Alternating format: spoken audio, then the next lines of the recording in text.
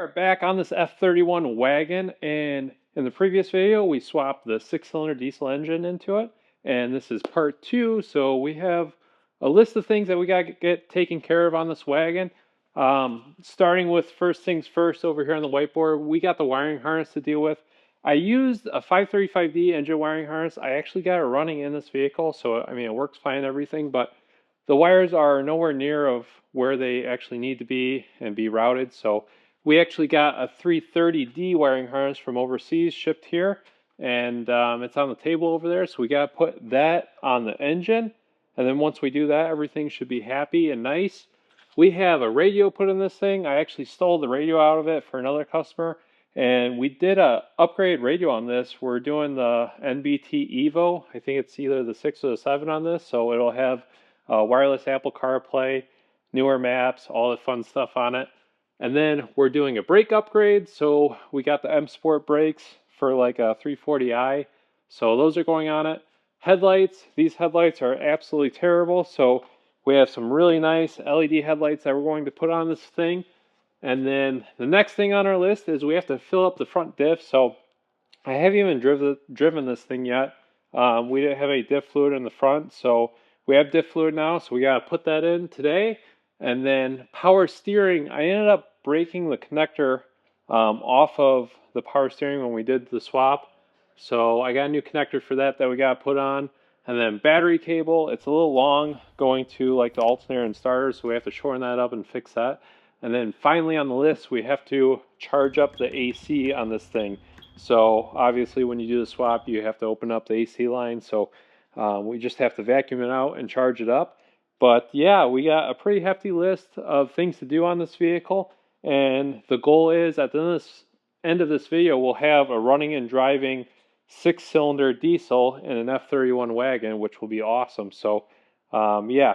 And then at the very end, I'm going to sit down and actually talk to you guys on, if maybe you want to do this at home. So I'll do pretty much a parts breakdown and everything that's needed to go into this vehicle for maybe you guys, want to take your 4-cylinder diesel out and put the 6 in. So stay tuned, or I guess stay watching until the end of this video, and I will go over all that for you guys. So we'll start out by doing the engine wiring harness on this vehicle. So we'll go ahead and pull off the engine cover, and as you guys could see, I mean, this is just flopped over the engine. I did make it work on this vehicle, but it's not correct by any means. So I mean, we got this cable running across the injectors, so it'll be a lot cleaner with the new wiring harness. So we'll go ahead and start by doing that right now. And basically we'll have to take off the intake manifold, the intake piping, and everything else associated with this. So we'll get to work right now.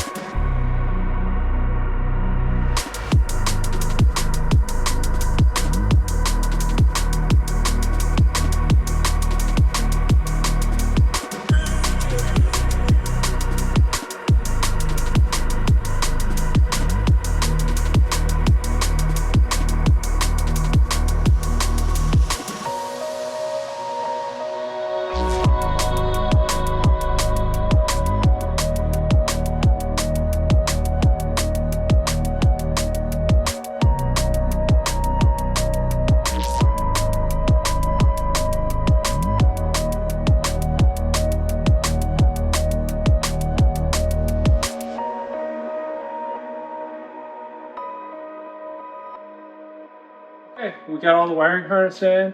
We got the vacuum lines for the motor mounts ran as well. And we just had to do a little bit of repinning on this. So this white connector here has the power for the glow plug module, also has 2 wires for the AC line. And the difference between the European harness and the American harness was there was 1 extra wire going to the AC compressor. So what we actually did is ran the purple and green wire. We tagged along the side of this wiring harness and we ran it from the AC compressor and up through the electrical box. So that's all done. The wiring's taken care of. There is no fault codes on this engine, which is absolutely awesome. So everything's plugging in well and playing along really nicely. And we got the ECU mounted in here and the carrier as well. And this is as OEM as it would have came from the factory. I mean, we got the bracket on the engine wiring harness here. We got the connector, or yeah, the injector connector in that little clip there, and everything's looking great on this engine. Really the last thing that we got to do is put this engine cover on the engine. And another thing, this is a European engine cover as well. It's super slim for this engine bay. And yeah, it fits very nicely. Very compact in this engine bay, but everything is starting to come along really good. On our list over here, we could cross off the wiring harness here, and then we could also cross off motor mount vacuum lines. And we also did the power steering plug while we were down there. It was super easy to put that in, and we filled up the diff too. So all we have left to do today is the radio, brakes, headlights, battery cable, and the AC recharge.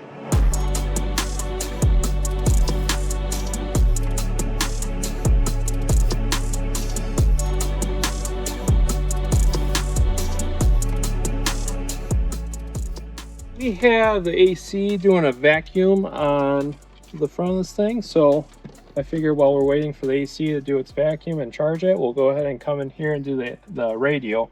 So I actually stole this radio for another vehicle, but that's fine though. I wanted to upgrade this one anyway. But yeah, basically all we got to do is swap this screen out here. So this is a non-touch screen. And we'll take that guy out and we'll put in the touchscreen one and plug in the cable to it. And slide it on down, and then we'll put in the 2 screws for it. And we'll grab our radio and connect the million connectors on the back side of this thing.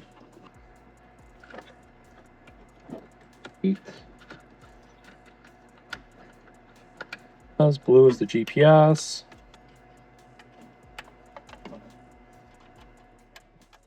And then this green one is not used. No idea what that cable is, but not needed apparently. Okay, those are all connected here. And then we'll make sure we got everything out of the way and slide this bad unit in. There's so many cables back here, it doesn't like me.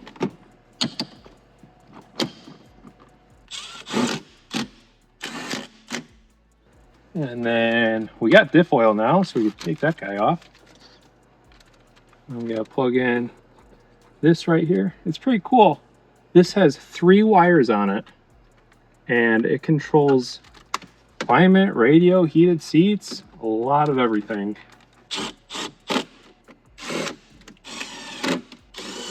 And we'll put this bottom piece on. This just snaps into place. And then we got the interior trim left here. This one's pretty easy as well. We got to connect our hazard button. Okay.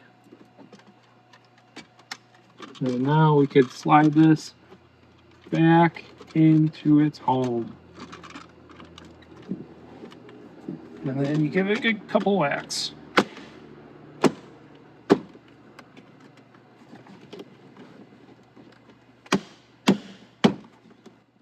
Okay, that's cool. Let's see if it works. Hey, look at that. This radio works, and yeah, We got Apple CarPlay, full screen. The touch screen works, which is sweet. And then if we go back here, we have navigation, my vehicle, notifications here, hood open, battery's getting low, and then set time and date. All right, that's all done there.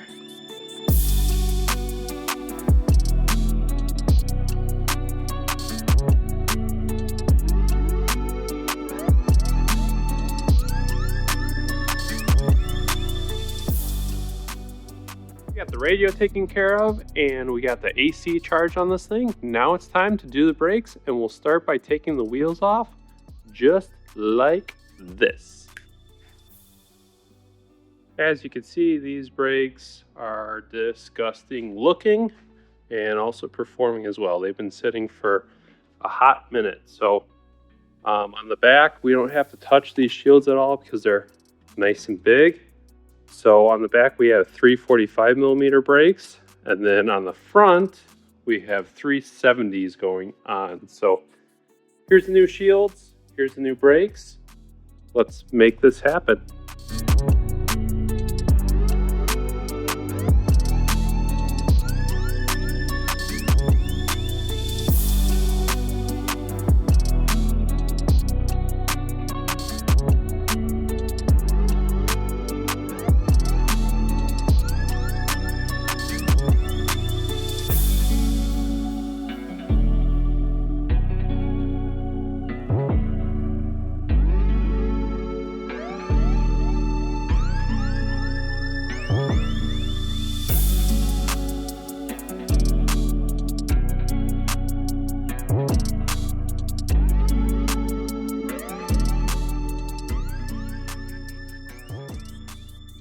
And of course, we gotta get the driver's side done, and we'll do it just like this. It looks great. I love the look of these blue calipers against this. I think it's called platinum gray. It's going really pop once the apex wheels get put on this thing. So right now, we actually have to bleed the brakes.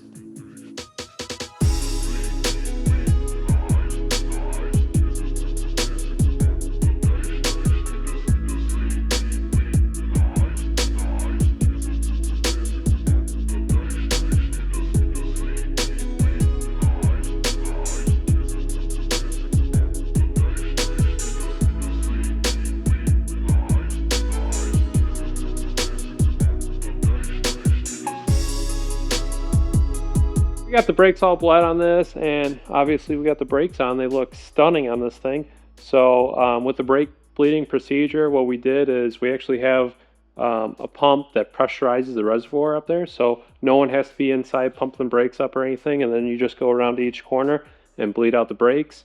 The front caliper has 2 bleeders, so we start from the inside and then finish on the outside. And yeah, they look great. So what we'll do next is we'll actually put on the rear wheels and get that done, but we're just going to leave the front wheels off because we're going to take off this bumper and replace these nasty headlights. So we'll do that right now.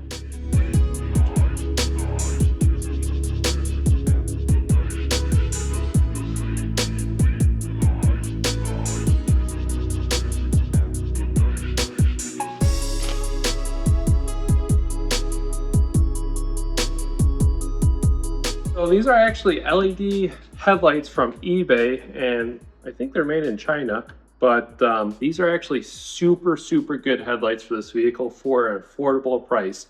I believe I paid like 600 bucks for these, and they have a really bright output on them. They have LED Hella chips in them, which is a name brand LED, and they give a really nice spread at night, and it just helps you see a lot better. These halogen headlights are absolutely terrible at night. These ones do have some LED light bulbs in it, which help a little bit, but not at all. So the first step is you actually have to take off the wheels, so we already got that done. And then the next step is we have to remove this front wheel liner. So it's just a bunch of the 8 mils, and we'll take all these out right now.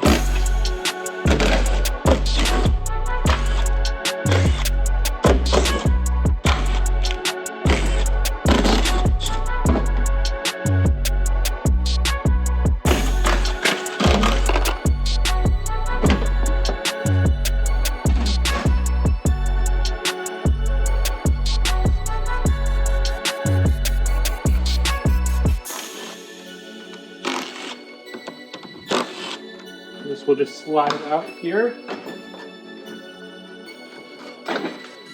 And we'll pull the sides off.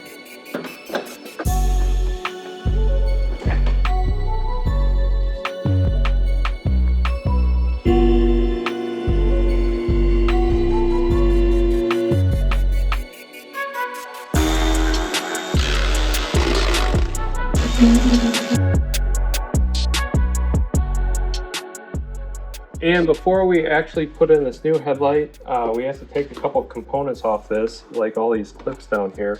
So you just pull all these off and pull this one off the side, pull this clip off the top here, and don't forget their orientations. And we'll put them on in the same manner.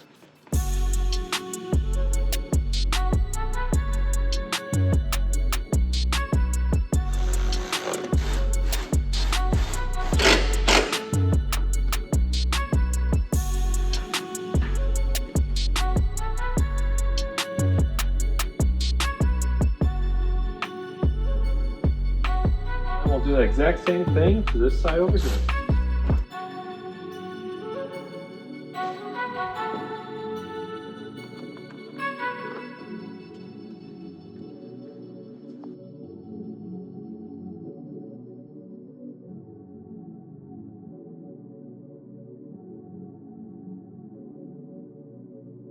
I have the bumper off. I'm just going to throw on these black kidney grills, just because they'll make this thing look a lot nicer.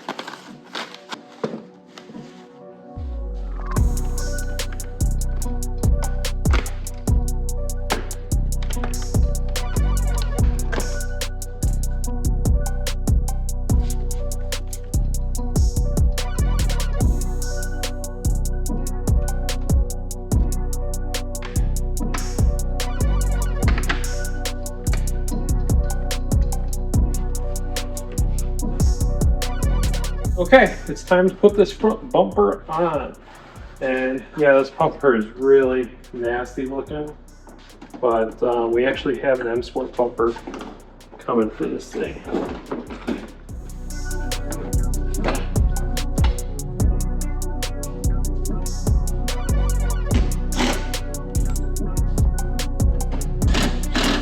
I'm just going to put in these not tight all the way, because I want to make sure the bumper to hood line looks good.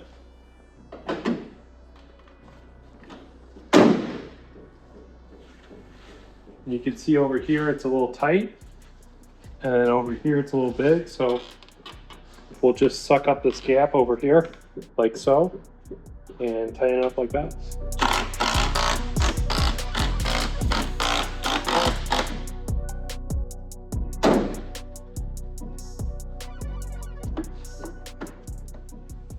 All right, weather strip's on. We got a nice hood line here. And the final step to this is putting those wheel liners in. So we'll do that right now.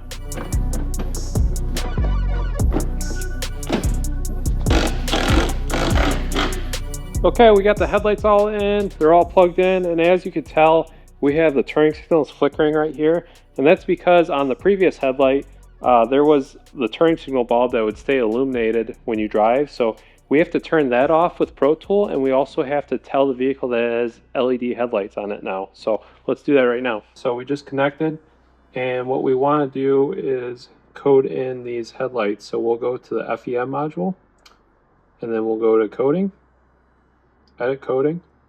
On bulb check for the front turning signals, we'll code them to LED, and then the high beams to LED, the low beams will be to LED. The front turning signals, LED, side marker, and then we'll turn those off. Turn off front amber side markers, confirm, and then this is for the other side, we'll code it off as well. And then now we should have those side markers off on the front, and everything in the front should be happy. Yeah, those look great. High beams, turning signal.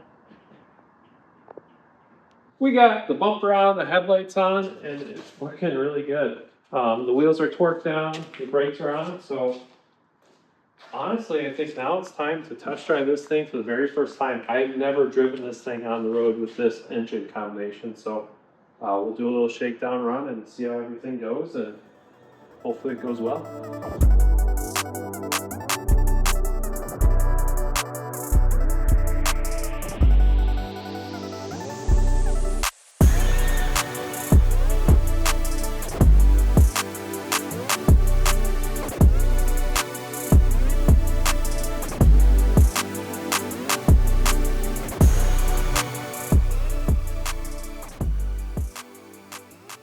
All right, we got the first test drive of this thing. Pretty exciting. So we do have to bed in the brakes and just give this an overall run to see how good it does. We still have to figure out the exhaust on this car. I was thinking about using a 340i dual exhaust in the back. Obviously, you know, there's not really a correct exhaust setup over here for it, but we'll make something work with a 340i exhaust. We're in 6th gear already. 7. Nice. Oh yeah, I forgot about the brakes already. That was a little scary. We'll just get this thing up to temperature though. Oh my god. It's so weird having this much power in this wagon. I'm just so used to the 4-cylinder engine. Drivetrain malfunction. Wonder what that is. I don't have my cable here to check it.